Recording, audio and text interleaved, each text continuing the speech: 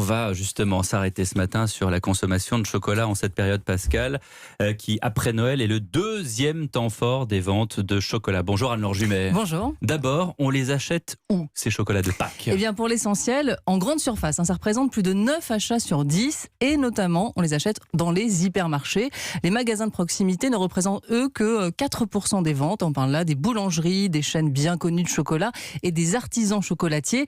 Au total, près de 15 000 tonnes ont été écoulées l'an dernier à Pâques pour un panier moyen de 19 €. Alors ces chocolats, on peut les voir sur europe1.fr pour ceux qui nous regardent en vidéo. Vous en avez toute une tonne devant vous, Anne-Laure. Qu'est-ce qui marche bien dans les rayons? Alors pour le savoir, je me suis rendue dans un hypermarché de la région parisienne et ce qui est frappant, c'est qu'aux côtés des marques incontournables, le rayon bio et équitable prend une part croissante.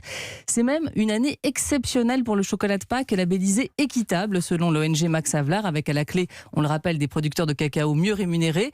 Et face à cette offre pléthorique, les consommateurs sont parfois tiraillés entre leurs envies et celles de leurs enfants. Tu m'étonnes. Donc les œufs Ferrero Rocher, comme tous les ans. Après, ça va être le petit lapin du Lindt, un chocolat blanc, un chocolat au lait. Et après, les petits œufs Milka, et puis j'ai des Kinder aussi.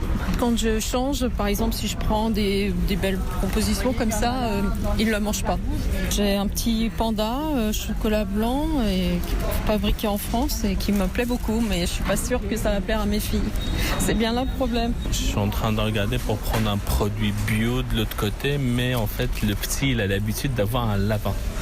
Et je suis en train de regarder si je trouve la même idée en bio. C'est surtout la composition. Donc, s'il y a en premier le sucre et le beurre de cacao, donc je me dis c'est pas réellement du chocolat. J'ai retrouvé des chocolats de l'année dernière qui étaient sous le lit, pas mangés et tout, et c'était vraiment dégoûtant. Et du coup, cette année, j'ai dit c'est le bio.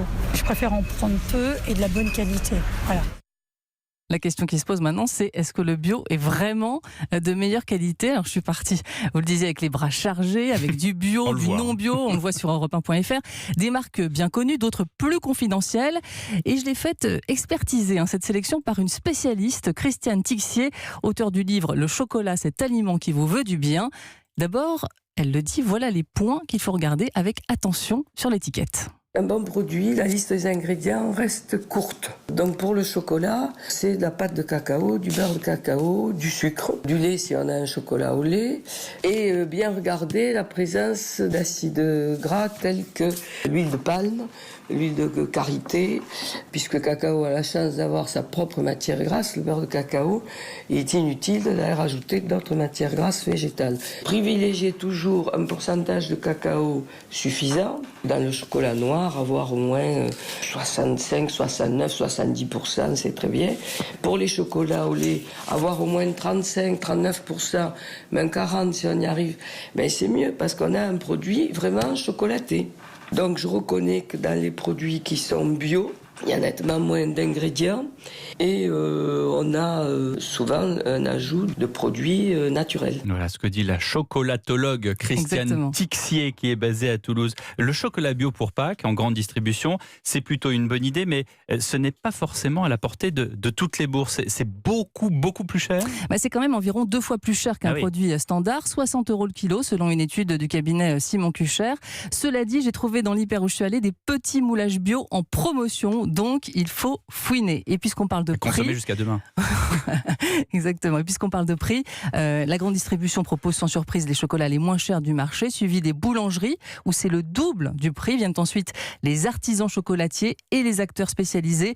L'écart maximum observé est de 6,5 entre une marque nationale en grande distribution et une chaîne bien connue de chocolat. Mais le conseil qu'on peut donner à tous, c'est d'acheter, si vous le pouvez, en petite quantité, mais de meilleure qualité. Merci Anne-Laure Jumet pour cette enquête. Plus c'est bio, plus c'est bon.